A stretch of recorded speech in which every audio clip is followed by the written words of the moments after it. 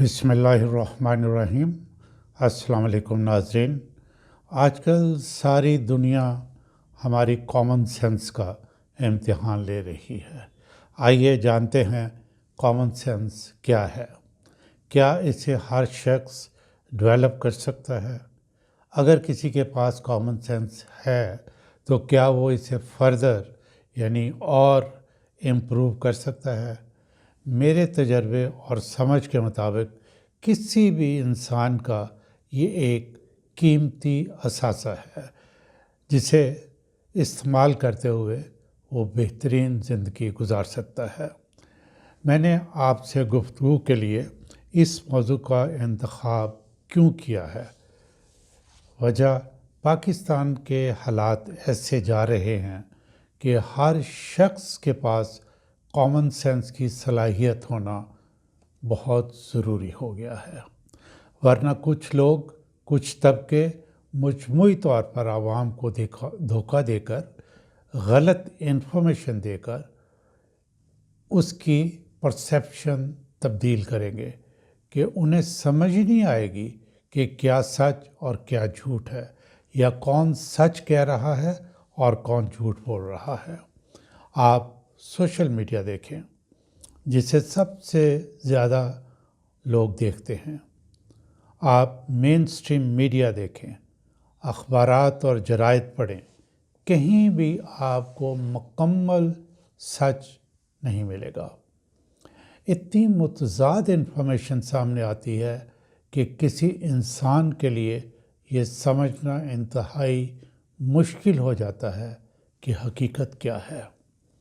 آج کل social media پر کچھ لوگ، جن میں نوجوان بھی ہیں، درمیانی عمر اور ادھیڑ عمر کے لوگ ہیں، اور بدقسمتی سے خواتین بھی ہیں، یہ ایک پولیٹیکل پارٹی کے رہنماؤں کے خلاف ایسا فحش، بیہودہ، ناقابل یقین پراپیگنڈا کر رہے ہیں کہ آپ کا دماغ چکرا جاتا ہے۔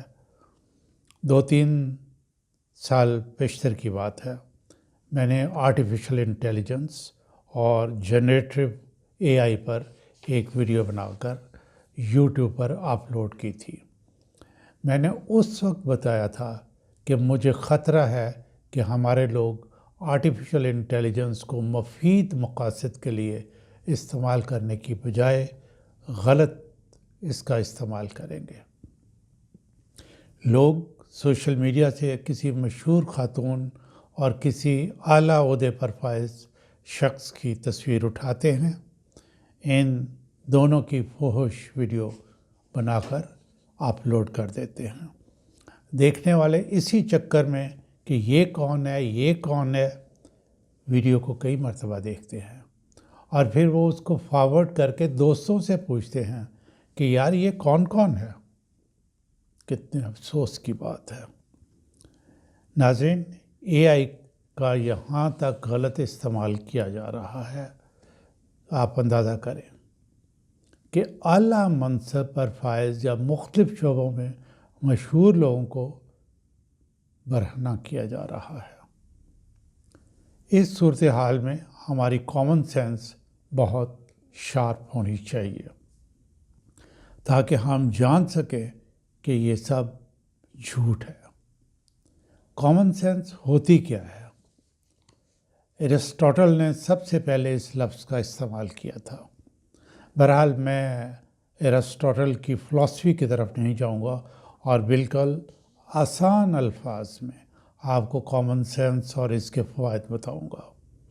اس کا فائدہ یہ ہوگا کہ لوگ آپ کو بیوقوف نہیں بنا سکیں گے، اور نہ آپ اپنا قیمتی وقت ضائع کریں گے۔ کامن سینس ایک ہیومن ایبلٹی ہے جس سے ہم اپنے ارد گرد کے ماحول کو سمجھتے ہیں۔ سمجھنے کا مطلب یہ ہے کہ اس کے غلط یا صحیح ہونے کا فوری اندازہ کر لیتے ہیں۔ روزمرہ زندگی میں دوسری اشیاء اور واقعات کی اصلیت بھی جان لیتے ہیں۔